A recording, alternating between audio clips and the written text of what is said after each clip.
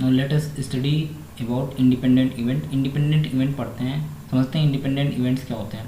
In a sample space F, if the occurrence of event F has not affected the probability of occurrence of the event E, कि event ई की probability अगर F के द्वारा affect ना हो, तो ऐसे में ई और एफ को हम बोलेंगे then E and F, then E and F are independent events.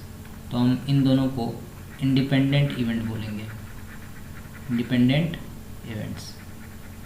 तो both events are independent when the probability of occurrence of one event doesn't affect the occurrence of other event.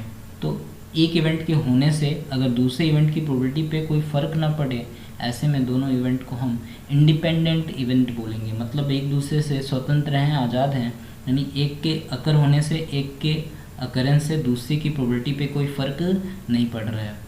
जैसे अगर हम बात करें कि अगर जब हम कंडीशनल प्रोबेबिलिटी निकालते हैं तो एक इवेंट के होने से जो सैम्पल स्पेस होता है वो रिड्यूस हो जाता है।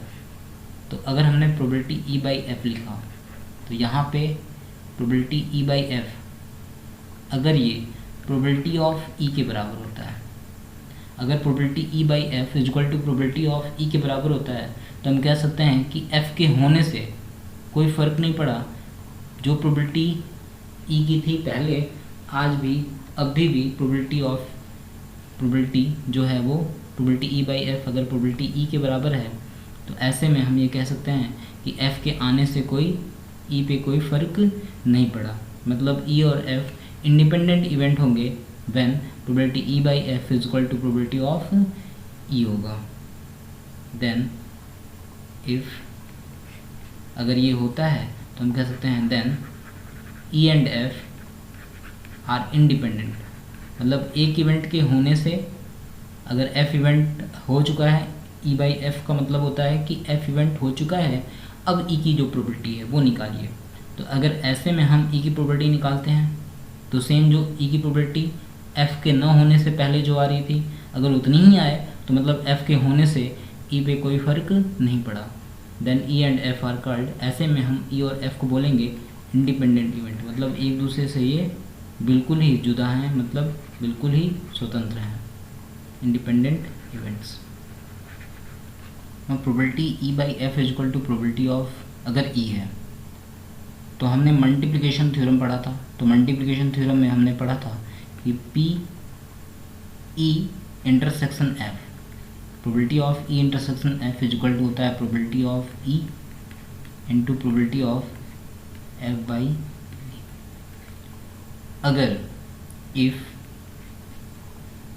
ई एंड एफ आर इंडिपेंडेंट, अगर ई और एफ इंडिपेंडेंट इवेंट हुए, if E and F are independent event, अगर ये इंडिपेंडेंट इवेंट निकले,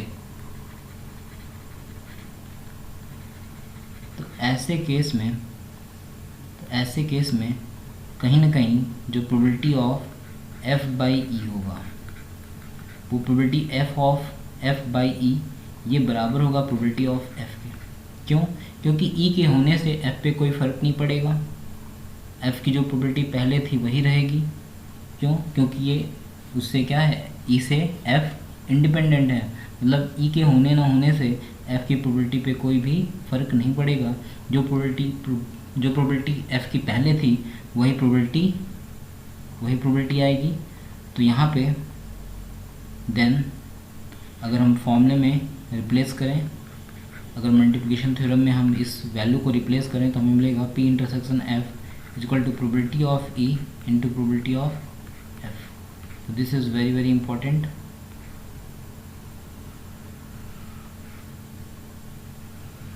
अब जो सबसे इम्पॉर्टेंट चीज़ नोट करने वाली है वो है कि अगर हमारे पास दो इवेंट हैं ई और एफ, अगर दोनों इंडिपेंडेंट हैं, तो ई का कॉम्प्लीमेंट और एफ भी इंडिपेंडेंट होंगे और दोनों के कॉम्प्लीमेंट एक दूसरे से इंडिपेंडेंट होंगे। और एक और अगर हम चाहें तो लिख सकते हैं कि E and F dash are independent. तो ये वेरी वेरी इंपॉर्टेंट है, ये हमें जानना बहुत इंपॉर्टेंट है, बहुत ज़रूरी है कि अगर ई और एफ इंडिपेंडेंट है ये हमें जानना बहुत ज़रूरी है कि अगर E एंड F ये इंडिपेंडेंट हैं तो यही इंडिपेंडेंट नहीं होंगे, इनके साथ साथ जो पेयर होगा, कौन सा पेयर, E कॉम्प्लीमेंट और F का, ये भी इंडिपेंडेंट होगा। E और F का कॉम्प्लीमेंट ये भी सेम इंडिपेंडेंट होगा, और E कॉम्प्लीमेंट और F कॉम्प्लीमेंट ये भी इंडिपेंडेंट होगा।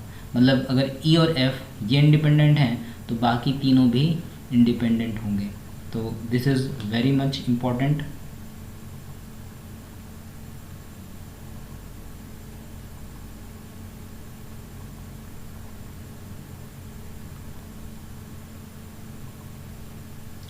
Now let us solve this question.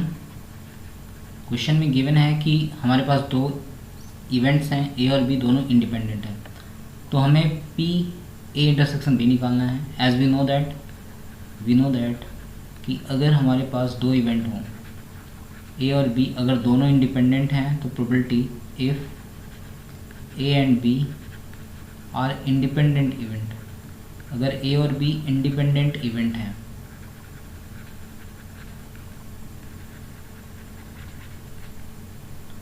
तो probability of A intersection B ये इक्वल होता है probability of A into probability of B के, और यहाँ पे जो वैल्यूज़ दी हुई हैं उनको हम पुट कर देंगे 3/5 multiply by 1/5, we will get 3/25।